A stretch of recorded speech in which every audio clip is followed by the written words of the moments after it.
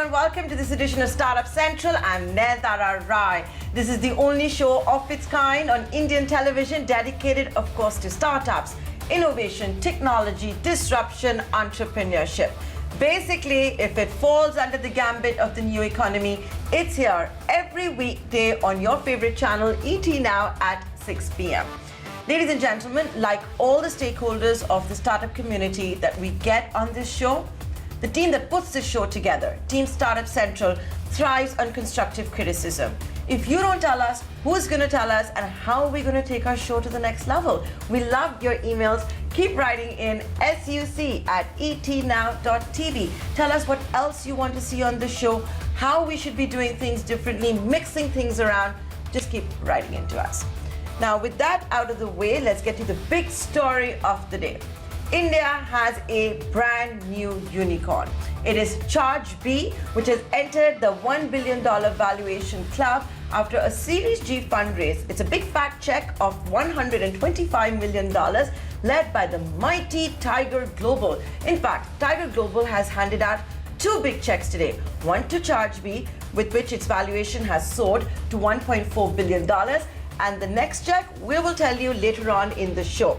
But joining us, the man of the moment and the man behind Chargebee, one of the men behind Chargebee, one of the founders, Rajaraman, live right here on Startup Central. Congratulations to you and the entire Chargebee team. It's a big day. It's a big milestone. You've been around for 10 years. How does it feel? Thank you. It feels really, really good. This round we have raised 125 million in Series G, co-led by a new investor we are bringing on board, Sapphire Ventures, along with our existing investors, of course, Tiger Global and Inside Venture Partners. And for us, this has been a part of 10-year journey, of course, like you mentioned, and we're just about getting started here. It just feels like we just started yesterday, and it's been a 10-year journey. We're excited, like it is still day one, as Jeff Bezos calls it. When we started in 2011, subscription billing as a category was still nascent. Since then, we have been fortunate to have partners in the growth journey of some of the most amazing SaaS and subscription businesses in the world, including brands like Philo, Freshworks, Calendly, and Study.com. For us, we see this round as a market level validation of the category. Today, if you are a software company, you don't start by building your own CRM or accounting. Yet over 95% of the market that we see so far has been building their own billing system until they hit that point where they decide to come to Chargebee. We are proud of building a category-defining product here. And second, as a testament to the trust our customers has placed in us, one of the proudest metric that we share with everybody with a great proud is our net retention rate of 150%. That means on an average, a business on Chargebee is doubling every 18 months. We take extreme pride in ourselves with our ability to service customers with such an ambitious growth trajectories. And finally, as a vote of confidence for our team that's been building, marketing, selling, and supporting our ever-growing customer base. Thank you.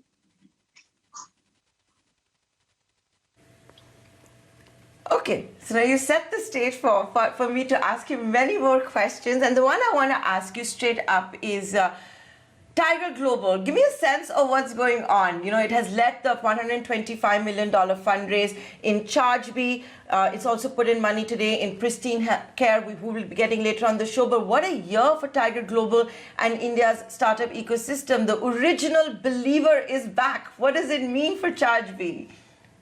Thank you. Tiger Global has been a very huge supporter of Chargebee since the first investment in 2015 with us.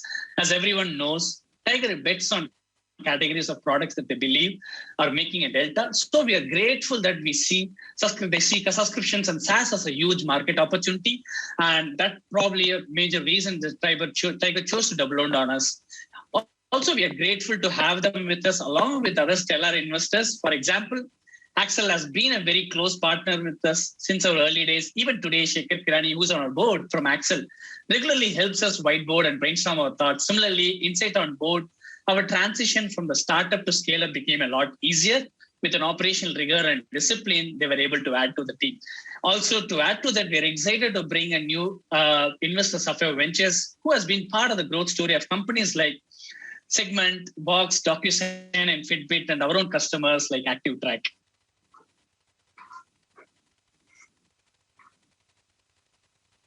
So now that you've got this big fat check and entered the Unicorn Club, you're saying it seems just like yesterday when you started and it is just the start of the journey. Give us a sneak peek of what's next. For most businesses, moving their billing system is a big change. As an organization, we have always obsessed over delivering rapid time to value. For example, our customers on average have a time to go live of less than 2 months versus a typically industry median that we see at least 6 months. We'll continue to invest this fund in R&D towards helping our customers realize faster time to value. Today, we are part of a global shift towards subscriptions, with businesses from cars to coffee pods moving to a recurring revenue model. We are seeing tailwinds in OTT, publications, e-commerce, education, healthcare, and numerous other verticals that require an efficient subscription and revenue management platform in addition to SaaS and mobile applications. We're also seeing massive growth both in our current markets that we service, that's US, Europe, and Australia and New Zealand, and in India markets like India and South Asia, where we will be particularly sharpening our focus.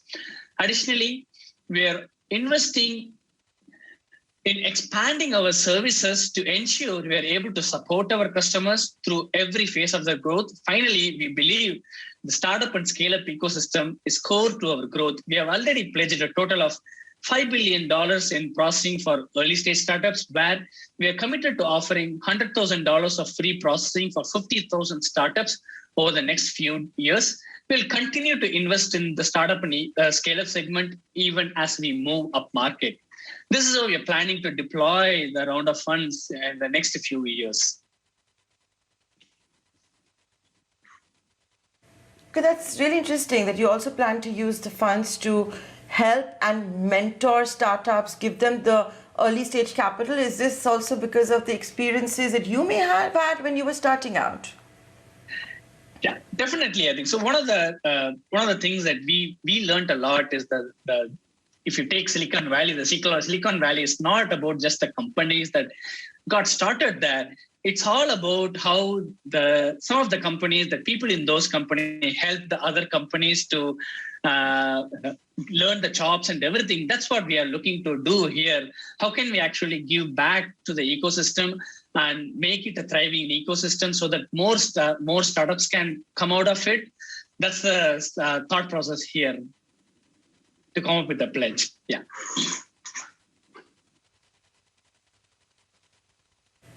You've told me a little bit about your overseas plans, but I've also got to ask you this one question. Look at the kind of investors you have at the cap table. And you also have very pristine, marquee global investors. Mergers and acquisitions on the table. Do you have any targets in mind for as you go global, as you flex your muscles? Would that be something that you're tempted by? So definitely, I think one of the things that we approach this entire problem is how can we learn to enjoy the journey of building a company. So definitely no concrete M&A plans or IPO plans right now, but we're just going to focus on delivering the value to our customers. How can we actually help our customers realize the value as fast as possible? And how can we be the partner to their growth, to helping them to go from idea to IPO?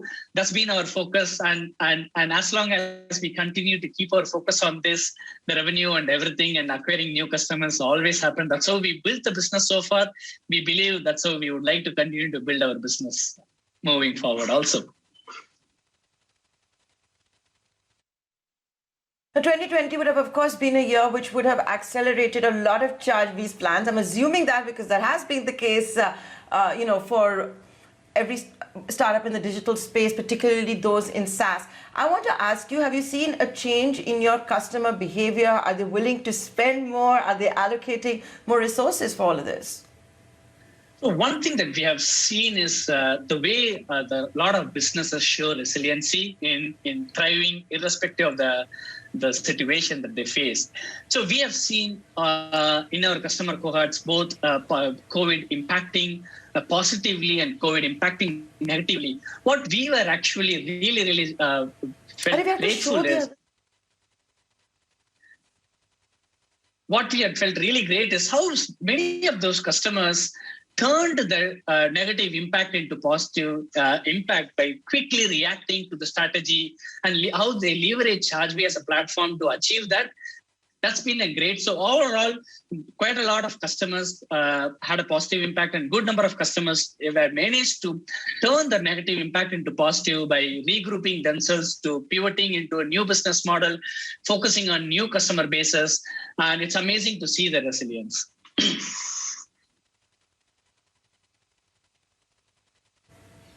You know, you at the outset of this interview, you started by also how SaaS companies should not be looking at CRM and not be bogged down with that. Can I ask you, as you enter the coveted unicorn club, you're flexing your muscles, you have global plans, you're accelerating, you're acquiring new clients, all of that.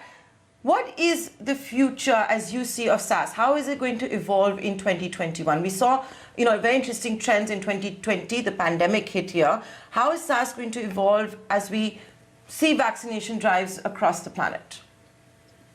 So one of the things that we are learning a lot is how still it's early days for SaaS. If you look at the companies or businesses across the world, the penetration of SaaS is still in extremely early days.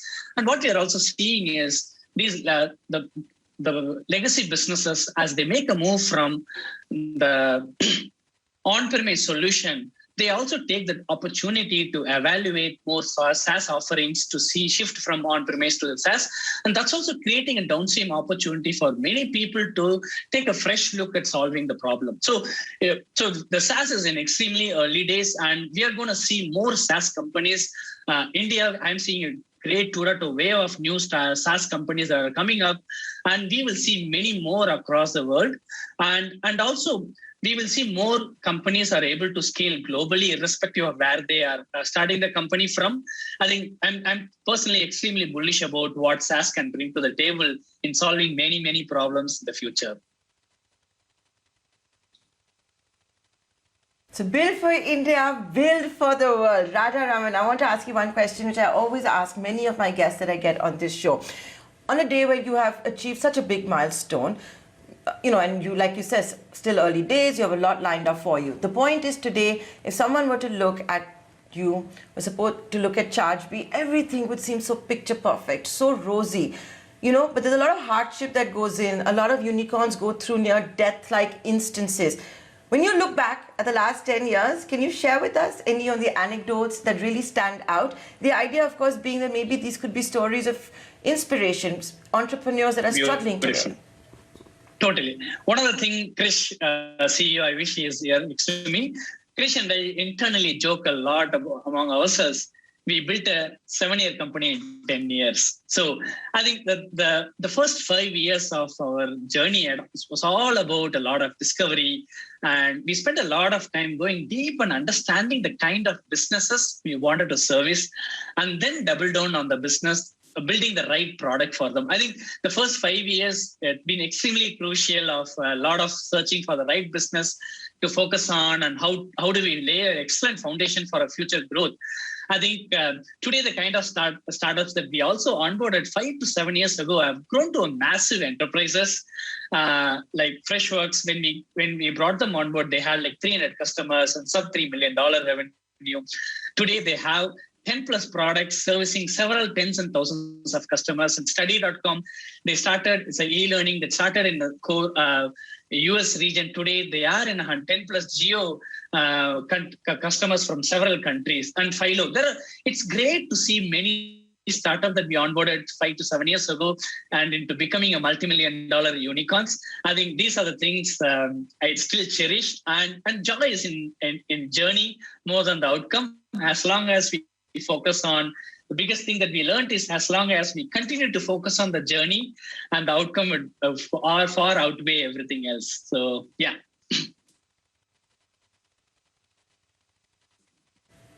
So basically, like just focus on your target, on your goal. Don't worry about how you get there. In a nutshell, that's what you're saying. Yes, that's how we looked at building the company so far in the decade.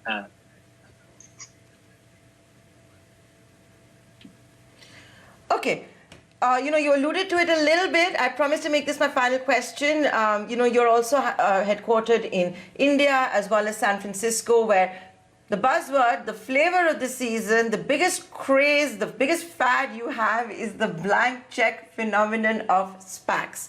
Why did Chargebee not look at that? Why did you look at a more traditional equity raise? Beautiful. I think we believe we are still in the very, very early days of what we could do in subscription as a market. So we would like to just keep our heads on focus on how can we actually keep building what we do best, focusing on time to value for customers. How can we be the partner for the growth? And we thought this is the best way to take forward by taking the venture money instead of taking the route as a SPAC or IPO. That's the short answer I could give for this one. Thank you. How are you celebrating tonight? Focusing on our customers, looking into the certificates and how we could serve customer better. So it's business as usual. It's just a great milestone for the work that we did and the trust from the investors for the work that we did in the past. So we're looking at as learning opportunities and everything. So, of course, India is completely full of lockdowns. So we are grateful. And we want to take a moment to celebrate with the team who helped us build this company so far. That's how I'm looking at celebrating this. And with that, we'd like to thank you for joining us live on your big day, for taking time out. Big congratulations to you. And thank you so much. And the entire team. In fact, Rajaraman, we're going to be joined after this short commercial break by two other guests who have incidentally also got a big fat check from Tiger Global just today. They've seen the valuation more than double. I'm talking about Pristine Care, and the founders will be joining us live right after this break.